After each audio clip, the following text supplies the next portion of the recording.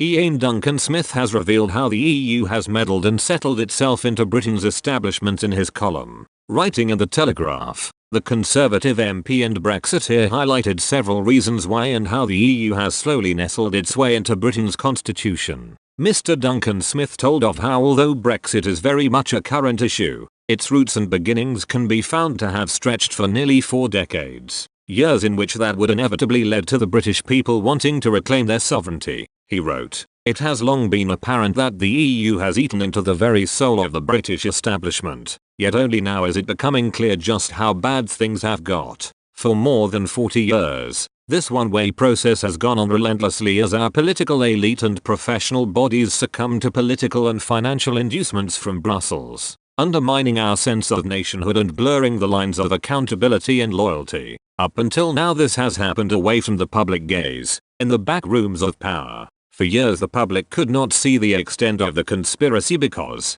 as the Tory MP and former Chancellor Lord Thornycroft put it of the European project, the people must be led slowly and unconsciously into the abandonment of their traditional economic defenses. Now, finally, the subterfuge of our ruling class has been exposed, first at the referendum, and then during the interminable parliamentary turmoil that has followed, as too many MPs showed they simply could not bear the idea of the UK leaving the EU. The veteran politician goes on to note the hypocrisy of those who wish to remain in the EU, their dogma increasingly exposed as parliamentary power is stretched and molded into whatever shape suits them, he claims. Further, Mr. Duncan Smith talks of what he views as the sad truth that has come over the UK, with those same Remain politicians attack the idea of national identity as some form of xenophobia. He said, how the BN peasants shake their heads when the cross of St. George is hauled aloft, waved at football matches or even attached to the outside of houses.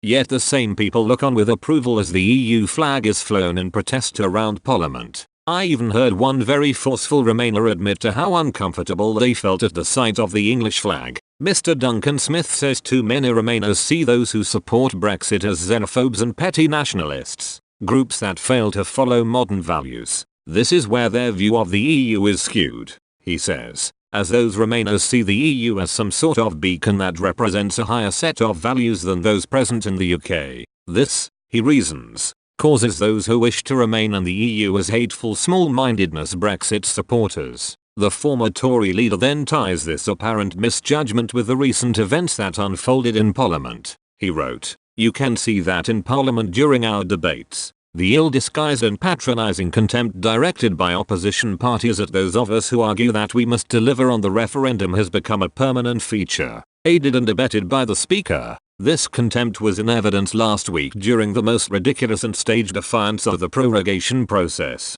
They were, they said, standing up for parliamentary sovereignty. But what about the sovereignty of the British people who voted to leave in what he labels as Remainer confusion?" Mr. Duncan Smith explains that the balance has been tipped and that years of EU interference in British politics has led many to think the current climate is normal and natural. This is apparently visible in the way the Liberal Democrats have gone about their political discourse, announcing that in the event of a victory in a general election, they would single-handedly reverse the referendum's result. Of this, he said, "It appears they know better than the British people. They have decided they want to revoke Article 50 and stay in the EU. A deeply ironic decision. A party that calls itself liberal and Democrat has now decided to act as a liberal autocrats by dismissing the vote of 17.4 million people. It all seems too coincidental for Mr. Duncan Smith, that on the same podium as the Lib Dems on announcing this campaign pledge, that who else should turn up but Guy Verhofstadt,